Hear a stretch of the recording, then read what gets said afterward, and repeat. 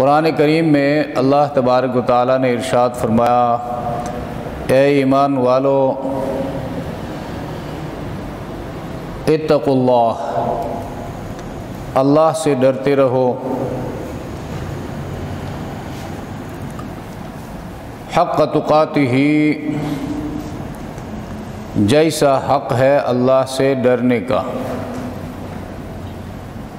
وَلَا تَمُوتُنَّ إِلَّا وَأَنْتُمْ مُسْلِمُونَ، اور تم مت مرو مگر اس حال میں کہ حکم بردار ہو۔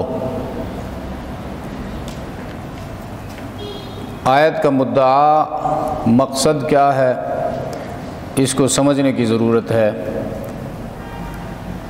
ہمیں اللہ تبارک و تعالیٰ نے دنیا میں بھیجا ہے بندگی کے لیے۔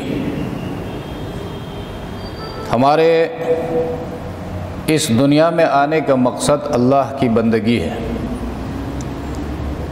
باقی جتنی چیزیں ہیں وہ سب اس مقصد کے لیے معاون اور سپورٹرز ہیں، اور بندگی کے نتیجے میں اللہ نے انعام کا وعدہ فرمایا ہے، جس کو اللہ کی رضا، اللہ کی رحمت اور نتیجے کے طور پر جنت کہا جاتا ہے۔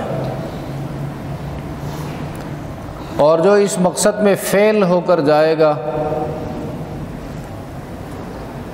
اس کو پھر جہنم بھیجا جائے گا، جو اللہ کی لعنت کا مقام ہے۔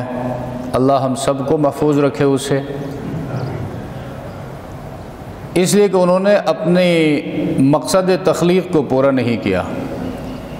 جس مقصد کے لیے اللہ نے دنیا میں بھیجا تھا اور خود انسان کے اندر اپنی معرفت کے لیے نشانیاں رکھ دی تھی، علم کے اسباب اللہ نے عطا فرمائے تھے، ان میں غور و فکر کا حکم دیا تھا، وَفِي أَنفُسِكُمْ أَفَلَا تُبْصِرُونَ، خود تمہارے اندر، انسانوں کے اندر اللہ کی قدرت کی نشانیاں ہیں، کیا تم عقل استعمال نہیں کرتے، دیکھتے نہیں؟ اور وحی کا سلسلہ جاری فرمایا کہ انسان کی عقل انسان کی رہنمائی کے لیے کافی نہیں ہے، عقل کی رہنمائی کی بھی ضرورت ہے، تو عقل کی رہنمائی کے لیے اللہ نے وحی کا سلسلہ جاری فرمایا، اور 1,24,000 کم یا زیادہ انبیاء علیہ السلام کا سلسلہ جاری فرمایا۔ تو یہ سب کیا ہیں؟ ہدایت کے اسباب ہیں، اور ان سب کا حاصل کیا ہے؟ اللہ بندہ اپنے رب کو پہچانے، رب کو پہچان کر اس کی معرفت حاصل کر کے اس کی عبادت کرے، اس کے ساتھ کسی کو شریک نہ ٹھہرائے، نہ اللہ کی ذات میں، نہ اللہ کی صفات میں، نہ اللہ کے صفات کے تقاضوں میں۔ ذات میں تو کوئی شریک نہیں ٹھہراتا ہے، دنیا میں کوئی ایسا آپ کو نہیں ملے گا جو یہ کہے کہ بھی اللہ بھی ہے اور اس کے ساتھ فلاں بھی ہے۔ لوگوں کو ٹھوکر لگی ہے صفات کو سمجھنے میں، صفات کو سمجھنا ضروری ہے۔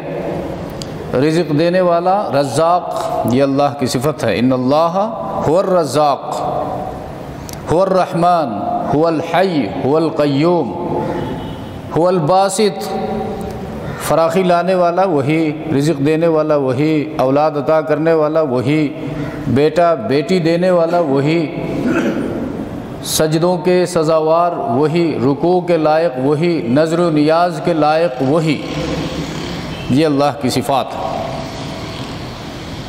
اب ان کو بھی بندہ جانتا ہے اور کہتا ہے مانتا ہوں، السمیع، ہر کسی کی ہر جگہ ہر حال میں سننے والا اللہ ہی، هو السمیع العلیم، نیتوں کو جاننے والا وہی، دل میں کیا ہے، ایمان ہے یا نفاق ہے یا کفر ہے، جو کوئی ہے کوئی کسی کے دل کا حال نہیں جان سکتا، لیکن العلیم پورا علم رکھنے والا اللہ ہی۔